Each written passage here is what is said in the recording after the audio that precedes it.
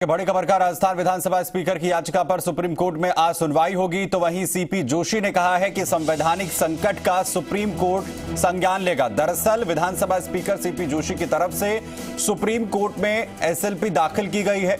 जोशी के वकीलों ने संवैधानिक मामले की गंभीरता का हवाला देते हुए बुधवार को ही सुनवाई की मांग यहां पर की थी। विधायकों को नोटिस मामले में हाईकोर्ट की सुनवाई को चुनौती यहां पर दी गई है। याचिका में इसे स्पीकर के क्षेत्राधिकार में गैर जरूरी दखल बताया गया है। तो अब राजस्थान के रण का जो ये सियासी मसला है पहुंच चुका है सुप्रीम कोर्ट में, जहां पर एसएलपी यहां पर स्पीकर सीपी जोशी की तरफ से दाखिल की गई है और तुरंत प्रभाव से इस पर सुनवाई की मांग की गई है।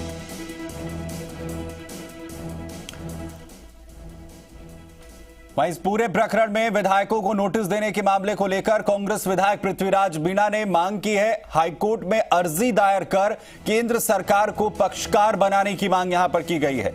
हाईकोर्ट में संविधान की 10वीं अनुसूची के भाग को चुनौती इसमें दी गई है और ऐसे में इस मामले में केंद्र सरकार को पक्षकार बनाना जरूरी है, यह मांग की गई है।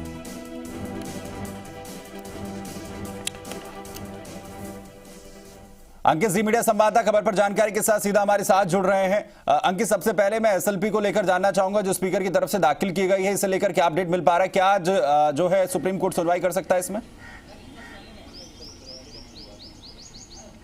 देखिए, सुप्रीम कोर्ट ने कल एसएलपी जब दायर हुई तो कहा कि यह मामला अर्जेंसी का नहीं है, रजिस्ट्रार के जरिए आए। रजिस्ट्रार की लिस्ट में आज सुबह 11 बजे यह मामला सूचीबद्ध किया गया है।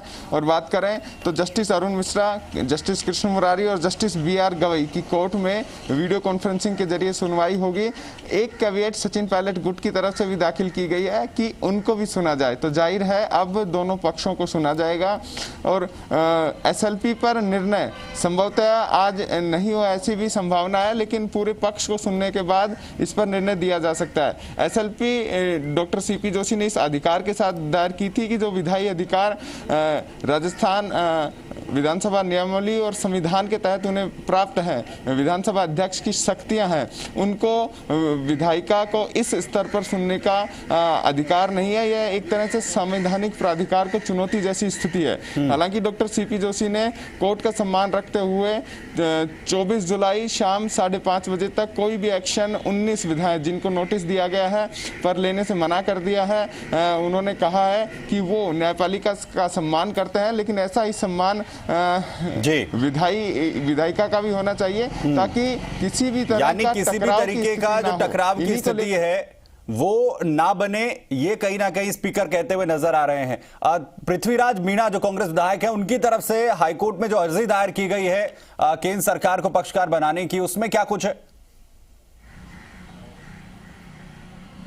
देखिए, संविधान के अनुसूची 10 के पैरा नंबर 2 के तहत ये अधिकार प्राप्त है कि केंद्र सरकार यानी कि भारत सरकार को भी इसमें एक पक्षकार बनाया जाए। इसको लेकर पीआर मीणा ने बातचीत कही है। जाहिर है केंद्र की भूमिका तय करने की भी बात की गई है। जब केंद्र इस मामले में आएगा तो एक तरफ कह सकते हैं कि राजस्थान विधानसभा अध्यक्ष होंगे और दूसरी तरफ केंद्र होगा। केंद्र के एडवोकेट होंगे, महाधिवक्ता भी पक्ष रख सकेंगे। तो जाहिर है एक बड़ी फौज उनके साथ होगी। तो मामला उन्हें पक्षकार बनाने के लिए कहा गया। संभवतः सुप्रीम कोर्ट क्योंकि संवैधानिक अधिकारों को चुनौती देने का मामला है तो उन्हें पक्षकार बना सकता है, ऐसी संभावनाएं कानून के विशेषज्ञों ने जताई है। तो जाहिर है ये बड़ा कदम सचिन पायलट ग्रुप की तरफ से उठाया गया है। चूंकि पीआर मीणा सचिन पायलट गुट समर्थक विधायक मान सकते हैं उन्हें, तो ऐसे में उनकी तरफ से जब ये याचिका दायर की गई है तो एक कहा जा सकता है कि कानूनी लिहाज से एक बड़ा कदम है। मामला आगे लंबा बिल्कुल, उसमें कोर्ट क्या पक्षकार बनाता है कि देखो इस पर भी नजर हमारी बनी रहेगी। लेकिन कोर्ट में जो सुप्रीम कोर्ट मसला पहुंचा है स्पीकर सीपी जोशी की तरफ से जिस तरीके से एसएलपी दायर की गई है, उसमें क्या कुछ कोर्ट का रुख रहता है, उस पर भी अब लगातार अपडेट आपसे लेते रहेंगे। अंकित, फिलहाल बहुत शुक्रिया आपका हमारे साथ जुड़ने के लिए। तो चलिए इसी के साथ बुलेटिन में इतना ही। खबरें जा रही हैं, आप बने रहिए जी राजस्थान के साथ। नमस्कार।